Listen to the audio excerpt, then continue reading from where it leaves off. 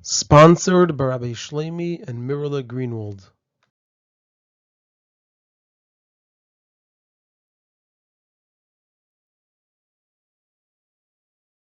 This is a Sicha from Likutei Sichos, Chelek Parshas Devarim, Sicha Alef. And the topic of the Sicha is that in this week's Parsha, we learn how Moshe rebuked the Yidden, and we learn a teaching of Rashi on one of the rebukes.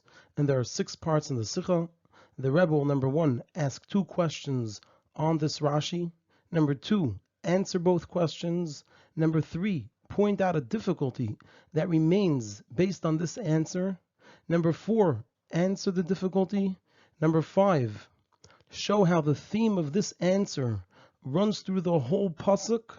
And number 6, present what we can learn from this for the time of Bein HaMeitzarim.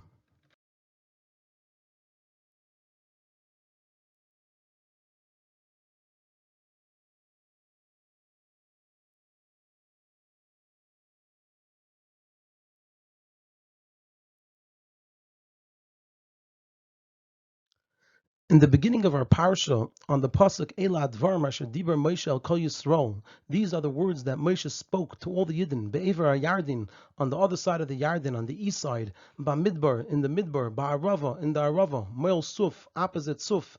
Bein Paran, between Paran. Ubein Teufel v'Lovin v'Chatzeris Vdi Zahav, and between Teufel, Lovin, Chatzeris, and Vdi Zahav. So before we move on, you can see in the chart over here on the right the teachings of Rashi on this pasuk. On the words Eila Hadvarim, Rashi says as a general introduction to this pasuk, Lefi shehein divrei teichachos, because this whole pasuk are words of rebuke.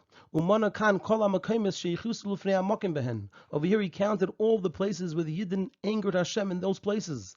Lefichach, because of this, because they're words of rebuke, sasam es advarim, he hid what he was saying, v'yiskiram beremez, and he mentioned them only in a hint, mipnei kvaydan shel Yisrael, because of the honor of the Yidden. And then Rashi proceeds to explain how each of these words indicate a different rebuke, ba'midbar, ba'arava, me'elsuf, bein param, bein teufel, v'lavan, and v'chatzeres.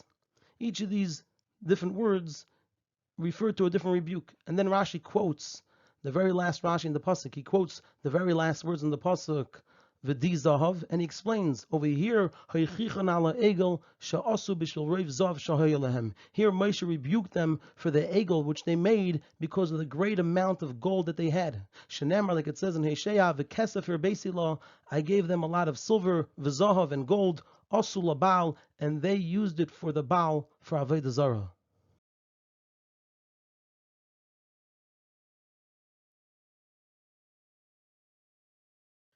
We're going to start off by explaining one detail in this Rashi, and that is that even though Rashi already taught at the start of this pasuk on the words Ela Advarim, that Lefi shehein divrei teichachos, that because these are words of rebuke, Umana kan kol hamakayim sheichisa v'chulu, and Moshe counted over here all of the places where the Yidden angered Hashem in those places, nevertheless, Rashi still starts his teaching with the word heichichon. He starts off by telling us he rebuked them. And so it seems like a question. Why does Rashi have to tell us, heichichon, he rebuked them? Rashi already told us at the very beginning of the pasuk that this whole pasuk are words of rebuke. So it seems that the reason for this is because Vdi Zahav isn't included in the Mekaymis. It's not a place. Because as we'll explain, it seems to Rashi that it's not the name of a place. And therefore, we wouldn't know that also Vdi Zahav is included in the Checha. Because Rashi said at the beginning that all of these words are words of rebuke because he mentioned the places where the Yidden angered Hashem. Now, since Vdi Zahav is not the name of a place, we would think it's not part of the rebuke. And therefore, Rashi starts off by saying, Heichichon, indeed it is part of the rebuke. Although it's not the name of a place, there is a rebuke over here as well. And with this, Rashi is also telling us that Vdi Zahav is not the name of a place and a hint to the Teichecha, like the other words in the pasuk, but rather these words themselves indicate the Teichecha about the Egel. Vdi Zahav, it's because of the Zahav, because of the gold that they had.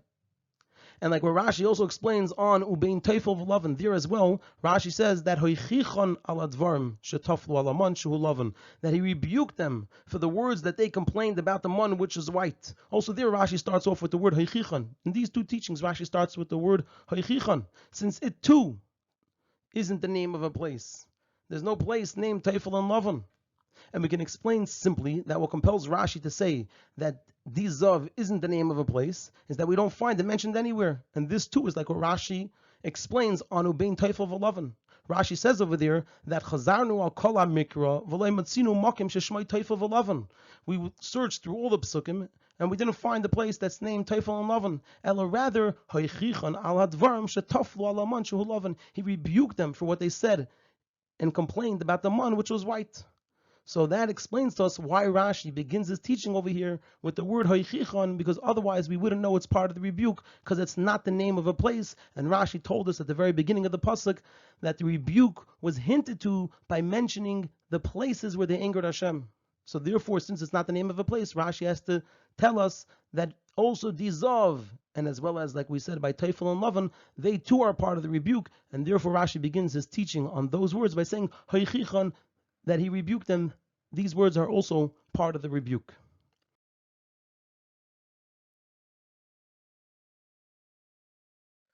And there are two questions here. The first question is, why doesn't Rashi explain that Vdi Zahav is the name of a place, and it's called Vdi Zahav because of the Egel Sha'asu Sham Bishvil Reiv Zahav. It's named Vdi Zahav because of the sin that occurred there. As we find many places in the Torah that are named based on things that were done in that place. And even though we don't find anywhere else in the Torah a place by the name of Vdi Zahav, nevertheless, there are many places that are mentioned in the Torah only one time. So why doesn't Rashi say that Vdi Zahav is the name of a place, and it's named Vdi Zahav because of the eagle that they made, because they had so much gold? And if Rashi would learn it that way, that Vdi Zahav is the name of a place, he wouldn't have to start off his teaching by saying Hoichichan, he rebuked them. Because since it's the name of a place, we'd understand that it's part of the rebuke, and he would just say what the rebuke was.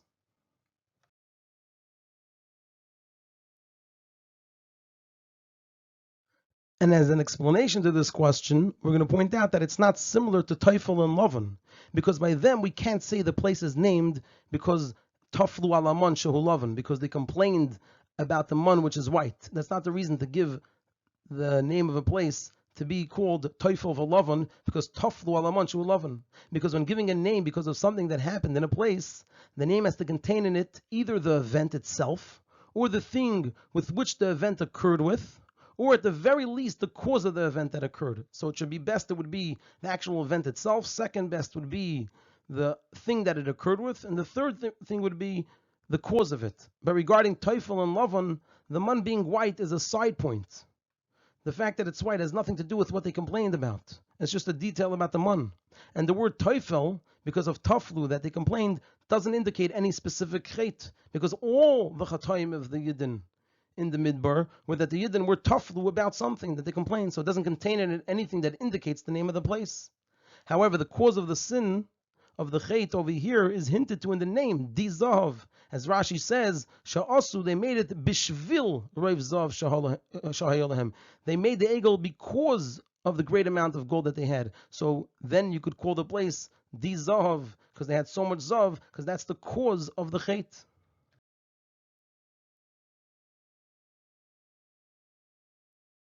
And the second question is, Rashi already taught the content of this teaching in Parshas Kisisa on the pasuk of Vayoshav Moshe al Hashem.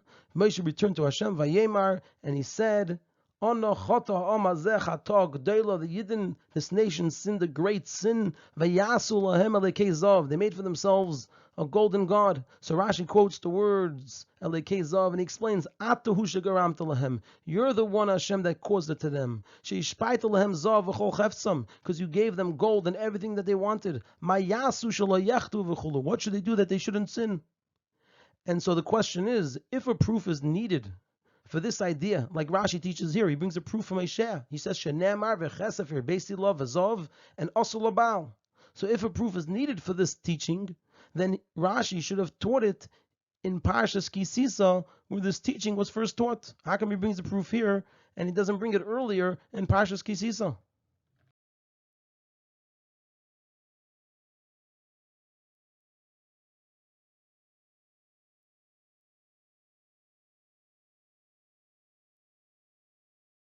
So we're going to go straight from the questions to the answer, and the answer consists of two parts. There's the main point of the answer, and then we're going to answer the second question and the first question. So the explanation of this is as follows. The need for the teaching of Rashi to say anything in Parshas Kisisa is understood, Because it's very difficult, when we look at the psukim, it's very difficult to understand in the introduction of Moshe, that he says over there, this is Moshe's introduction, that he says that the nation sinned a great sin and they made a golden god. That's his introduction for his request that comes right afterwards, that where he's requesting forgiveness. This is a contradiction to requesting forgiveness. The fact that it's a great sin is not a reason to forgive. It's a reason not to forgive. And therefore, because of this difficulty, that Moshe is using the introduction of he's using that as a reason that Hashem should forgive the Yidden. So we must say that in these words, Moshe is explaining something which minimizes the Chet. Meaning that even though the Chet itself cannot be diminished, because as Moshe said, it's a great sin. Nevertheless, he minimizes the connection of the Yidden to the cause of the Chet. And that's what Rashi explains. It's Ata hu shegaramta lahem. Hashem, you're the one that caused it to them. Ma yasu shelo yechtu. Based on the circumstances you put them in, what should they do? Not to sin. And that's what Rashi explains, that Moshe intended to say, Ata hu shegaramta lahem v'chulu. To be melamed schus on the Yidden, that they aren't so much at fault for doing the chet. Now, according to this, it's understood that there's a fundamental difference between the mentioning of the Likutei Sichos, the great amount of gold in Parshas Kisisa, and the mentioning of the great amount of gold in our Parsha. In Parshas Kisisa, Moshe said it to Hashem in order to be melamed schus on the Yidden. And that's why it's said before his request that Hashem should forgive the Yidden. So it's said in order to be melamed schus on the Yidden and to minimize the cause of the chet. That the cause is not associated with the Yidden. It's Ata hu shegaramta lahem. Ma yasu shelo yechtu. What should they do not to sin? But in our parsha, Moshe said it about that the Yidden had a great amount of gold and they used it to do an avera. He said it to be mechiach of the Yidden. He was saying it to rebuke them. So he emphasizes the greatness of the chet. So it's two different types of mentioning of the Likutei Zahav in Parshas Kisisa. It's to minimize the severity of what the Yidden did, that it's because of their circumstances, and so they're not so much at fault. And in our parsha, Moshe is saying that they had all this gold from Hashem, and what did they use it for? They used it to go against Hashem. And so now it's understood, this answers our second question. The Rashi is unable to mention in Parshas Kisisa the pasuk of V'kesevir Beisi Lo, V'zahav, and Osul Labal, that they used what Hashem gave them to do Avodah Zarah. Because in that pasuk in Hosea of V'kesevir Beisi Lo, V'zahav, and Osul Labal, the emphasis is that the Yidden used the gold and silver that Hashem gave them, and He gave them a lot of it. And what did they use it for? To do the opposite of what Hashem wants. And this emphasizes the greatness of their chet. So Parshas Kisisa and in our Parsha are two different things. And Parshas Kisisa is using the mentioning of the Likutei Zahav to minimize the severity of the chet. And in our Parsha, it's mentioning it in order to emphasize the severity of the chet. And that's why in our Parsha, Rashi brings the pasuk of Hosea, which also says it to emphasize the severity. That Hashem gave it to the Yidden, and He gave them a lot of it, and they used it for the total opposite of what Hashem wants. They used it for Avodah Zarah. So that's why Rashi brings the pasuk of Hosea in our Parsha, and not in Parshas Kisisa. Now we can answer the first question as well. According to this, it's understood that we can explain that Vdi Zahav is the name of a place which was so named because they made the egel there bishvil reiv zav shahaya lahem. They made the egel there because of the gold that they had. Based on the above, both the emphasis in our parsha that the Likutei Zahav adds to the severity of the chet, that they used what Hashem gave them to do the opposite of what Hashem wants. And in Parshas Kisisa, that it minimizes the chet, that ma yasu shelo yechtu, and ata hu shegaramta lahem, you caused it to them, what should they do not to sin? So both the emphasis in our Parsha, that the Likutei Zahav adds to the severity of the chet, and the emphasis in Parshas Kisisa, that it minimizes the chet and its cause, that it's ata hu shegaramta lahem. In both of them, the Vdi Zahav is a side detail in the manner of how they did the chet. How did they do it? Or something that helped them do the chet. It's a detail about the chet.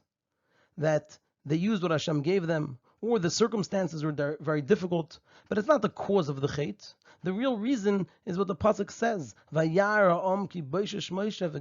people saw that Moshe was late to come down, that's why they did it. So the Vdi Zahav is just a side detail that we could use to point out the severity of what they did, or to minimize the severity. But it's not the real reason. and therefore it doesn't make sense for the place to be named about a detail that adds or minimizes the severity of the chet. Like we said earlier, if you want to give the name of a place based on an event that happened there, either has to be the event itself, the name has to be connected to the event itself, or it has to be connected to the thing that the event was done with, or it has to be the cause of the event. But over here, Zav is a completely side detail. It's not the actual aver, which is Vdi Zahav. It's not the item, which is the egel, and it's not the cause, which was Kivaishis Moshe. So it makes no sense that it should be the name of a place, and that's why Rashi doesn't accept that Vdi Zahav is the name of a place, and therefore he has to tell us that although it's not the name of a place, it still is part of the rebuke. And he starts off and tells us, he rebuked them over here with these words, Vdi Zahav. And with that, we answered both questions.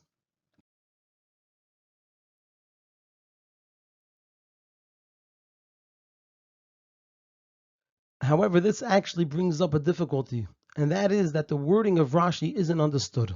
According to what we said, so then Rashi should have written over here, Hoichichan ala egel sha'asu. Moshe rebuked them for the egel that they made, not bishvil roiv zav shahayalahem, but rather biroiv zav shahayalahem, with the great amount of gold that they had, which indicates that they used the zav that Hashem gave them, and He gave them a lot of it to make the egel. Also, like in the pasuk in Isaiah, where He's rebuking them that they took what Hashem gave them to do the opposite of what Hashem wants. So why does Rashi say bishvil, which indicates that the zav was the reason for the chait? We're not talking about the reason over here. The emphasis over here is not the reason for the chait, but rather that despite getting the zav from Hashem and getting a lot of it, they used it to go against Hashem.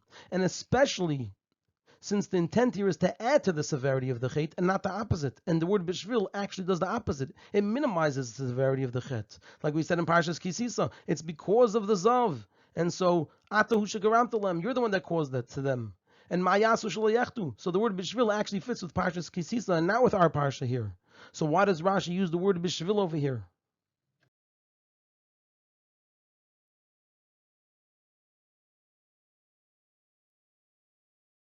And the explanation is based on the Yenushal Torah and Rashi. Rashi says at the very beginning of his explanation on this pasuk, Rashi says on the words Ela Dvarim that vihiskiram beremez, that Moshe Rabbeinu mentioned these averas, these chatoim beremez in a hint by saying the places mipnei kvoidan shel Yisrael because of the honor of the Yidden. That's why he said it in a hint. So we can say that Rashi's intent is that just like because of kvoidan shel Yisrael, so therefore Moshe hid their chatoim and didn't say them clearly, even though his intent was to be mechiach them. But still, because of kvoidan shel Yisrael, he hid the chatoim and he didn't say them clearly. So too, and for this very same reason, because of Kvoidan Shel Yisrael, Moshe hinted in these words of his, that he chose these words that were only hints to the Chataim. He also used words that hinted to a limud schus, to minimize these Chataim, because that too is Kvoidan Shel Yisrael. So because of Kvoidan Shel Yisrael, Moshe Rabbeinu did two things. Number one, he didn't say the Chataim clearly, he only hinted to them. And number two, he used such hints that also help as a limud schus to minimize these Chataim, even though he mainly was being mechiach and informing them of the severity of their chet. But still, he was also including in it a limud chus. And therefore Rashi writes, Bishvil Roiv Zahav, to hint to the limud chus over here of Parshas Kisisa, that Atahu shagaram talem v'chul, that you're the one that caused it to them. Mayasu shaliachtu, what should they do that they shouldn't sin? So Rashi uses over here Bishvil to tell us that when Moshe said Vdi Zahav, even though he was saying Vdi Zahav primarily to emphasize the severity of their Avera. Number one, to tell them their Avera, that they did the Egel. Number two, to emphasize the severity, that they used the very gold that Hashem gave them to do the opposite of what Hashem wanted. But because of Kvoidan Shel Yisrael, two things. Number one, Moshe Rabbeinu only hinted to these Averas, and to this Avera of the Egel. And number two, even in this hint, he was alluding to a limud schus. V'di zav, it's because of the gold that Hashem gave them, and atu shagaram lehem mayasu shelo yachtu. So even though that wasn't the main point of Moshe to be malamas schus, to the contrary, it was to rebuke the Yidden and to emphasize the severity of their Averas. But as Moshe Rabbeinu, he included in it a hint to a limud schus. So besides only hinting to these Averas, he also hinted to, in the words that he did choose, to a limud schus for the Yidden regarding these Averis that they did.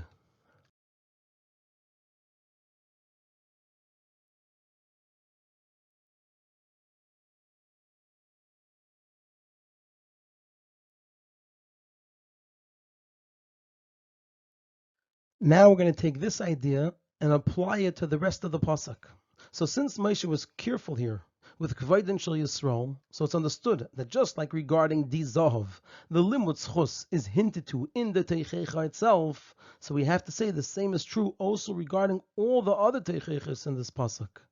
And they are hinted to in the wording of the pasuk or the wording of Rashi. So let's go through them. The first one is Bamidbar, and Rashi says, "Bishvil mashichisuhu Bamidbar." It's because of what they angered Hashem in the Midbar. Sha'amru, that they said, "Miyitin Museinu v'Gamer," that if only we would die. And it's not understood. Why does Moshe allude to this through the word Midbar, which is a general name for all the places? And he doesn't do it with the name of that specific place where they said Miyitin Museinu, which is in Midbar Sin, Asher ben Elim ubein Sinai. Why does he say just the word midbar? And the reason is because it's hinting to a limud chus for their complaint. Since they were in the midbar, which as it says later in the Torah, already learned about earlier in Rashi, it's a midbar hagadol va'neira nochas sara va'akra v'tzimayim asherin mayim. It's a terrible midbar. It's a terrible place. So it's understood that it's a great nisayan, and therefore the Yidden can't be blamed too much for complaining. Mi'itain museinu v'gamer. Under such circumstances, we have for them a limud chus for saying mi'itain museinu.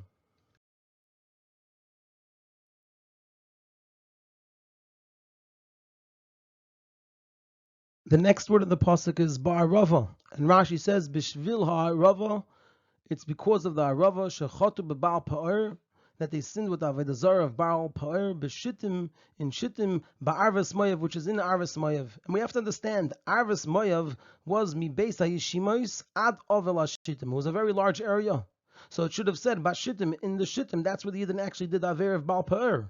They did it in Shittim, which was within Arvas Moav. So why does the pasuk say Ba'arava and not Ba'shittim? And the reason is because it's hinting to a limud chus. The limud chus is the word ba'arava is as if it's written beha'arava with a hey ayadiyah. When you have a kamatz under the base, it's as if it's written also with a hey. Ba'arava, it's like beha'arava, in the known harava, which as Rashi says refers to arvas moyav. Now let's see how arvas moyav is a limud chus for the Yidden. Rashi says by the naming of Ammon and Moav, by the daughters of Lot that conceived from their father. So Rashi says that on the word Moav, he says, Zu shaloi ha'isatznua, this one who was not modest, Perisha Shemeviyahu. She said explicitly that the child was from her father. She named the child Moav, it's from her father. Avot Seira karatu b'lo Nikia. But the younger daughter gave her child a clean name. She said Amin.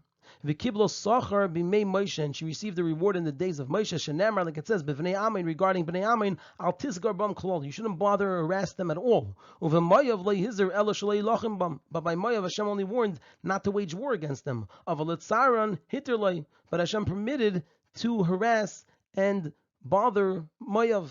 And there's a question over here. But Rashi teaches clearly both on the word Lusainai and on Poiked Avain Aves Albanim, that Hashem punishes the sons for what their fathers did. Rashi says that it's only Kisha Echzin Maise Aveseim Biyadim. It's only when they are still holding on to what their fathers did.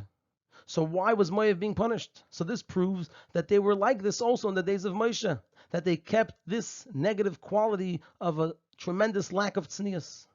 And this is the emphasis of saying Ba'arava, which as Rashi says, it's in the famous Arava. Which one? Arvas Moav. That it's Ba'arvas Moav. The key over here is the word Moav. It's a limud chus for the chet of Baal Pa'er, which was Vdi Zahav, because it was caused by Znus, as we know the story, that it started with Znus. And the limud chus is because they were in a place where the Nisayim was so great that already from the days of Lot, there was a lack of tznius by these people, and it continued all the way to the days of Moshe Rabbeinu. So it's understood that it was a tremendous nisayan, this lack of tznius and this avera of znus, which led to the avera of Baal Pa'er. And that's why it says Ba'arava in the harava. Like Rashi says, it's referring to Arvas Moav. And the reason he uses the word Ba'arava, not Bashittim, is to allude to the famous arava of Moav, which hints to us a limud chus for the Yidden, that it was a tremendous nisayan.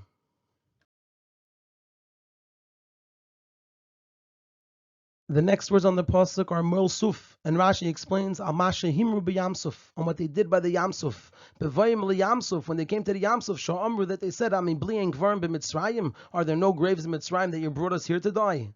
V'chein b'nasim eteichayam, so too when they traveled out of the Yam, Shenemar, as it says, Vayamru al Yom b'Yamsuf, that they sinned over there as well, and that's referring to, and the Rebbe explains the proof that it's referring to this, it's referring to when the Yidden had to be forced to leave the spoils and the booty of Mitzrayim that was spit out of the Yam. It's not referring to when the Yidden said that just like we came out on this side, the Mitzrayim came out on that side. And the Limud Sichos over here is understood. When the Yidden came to the edge of the Yam, there was no natural way for them to be saved, because the Mitzrayim were on one side, and the Yam on the other side. So we have a limud chus for the Yidden, that they were in a tremendously difficult situation, and so there's a limud chus for them saying, and so too when they traveled from the Yam, when they were busy with the booty and the spoils from the Yam, this was something that Hashem commanded them to do. So you could say, Ato Husha Garamta. It's Hashem's fault. Hashem commanded them to do it, and it's understood their great desire for it. I'm not sure if it's referring here to their physical desire for all of the valuables, or it's referring to the ruchnistic desire because of the netzaitis that were there, and that's why Hashem commanded them to do it. Or maybe it's both.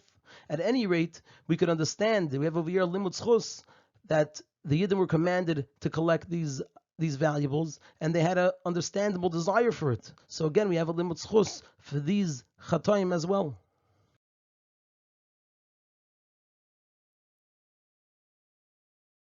The next words in the pasuk are bein paran, and Rashi says, "Val masha also b'midbar paran ayedei meraglim," and what they did in midbar paran through the meraglim. And the question over here is, it should have just said in short, b'chet hameraglim. And Rashi's intent is to point out that the chet was through the meraglim, ayedei meraglim, that they persuaded and enticed the Yidden. And if not for the meraglim, the Yidden would not have sinned. So again, we have a limud chus for the Yidden, that they were persuaded and pulled into it by the meraglim.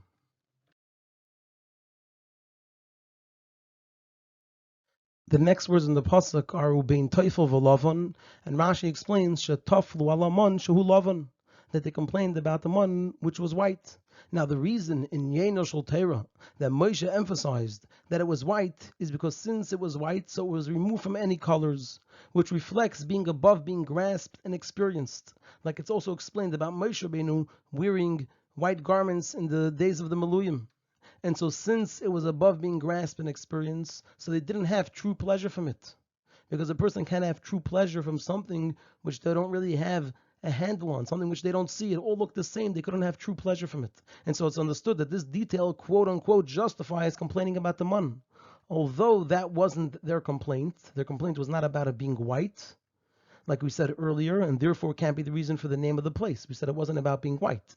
But Moshe emphasized that it was white in order to hint to this limud chus, that we could understand why they complained about the mun, because they couldn't get a true pleasure from it.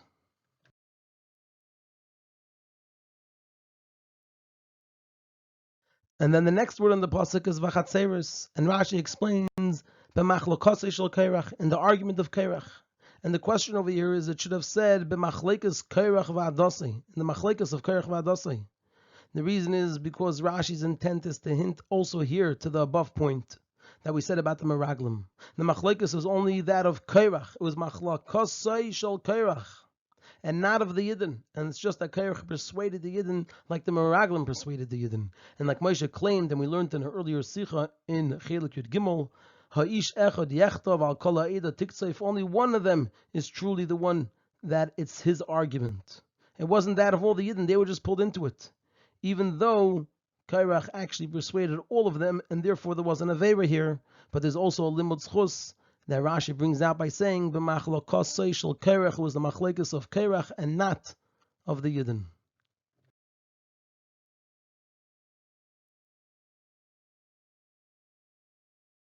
What we could learn from here is we always read Parshas Devarim on the Shabbos before Tisha B'Av or on the Shabbos of Tisha B'Av itself. And this is also connected to what we learned. The general idea of the Bein HaMitzarim is that the time itself is Mechiach the Yidden. It's a time of the destruction. It's a time of mourning. And Rashi teaches us at the beginning of our Parsha that also in the Teichecha Hashem is careful with Kvaydin Shei Yisrael. And the reason is because the purpose of the Teichecha and the purpose of the Yerida and Galus, which is what the 3 weeks represent, Teichecha and the Yerida and Galus, the whole purpose is for the Aliyah in order to add in Kvaydin Shei Yisrael. And so it's understood that also in the time of Galus you can recognize Kvaydin Shei Yisrael. And one of the ideas where Kvaydin Shel Yisrael is emphasized, even in the time of Galus itself, is what's written, Eicha Yashva Badad, that the Yidden are alone. that there's also a good thing in it. This is what's written, Am levoda yishkein uvagoyim lo yischashav. This is from the Nevuah of Bilam.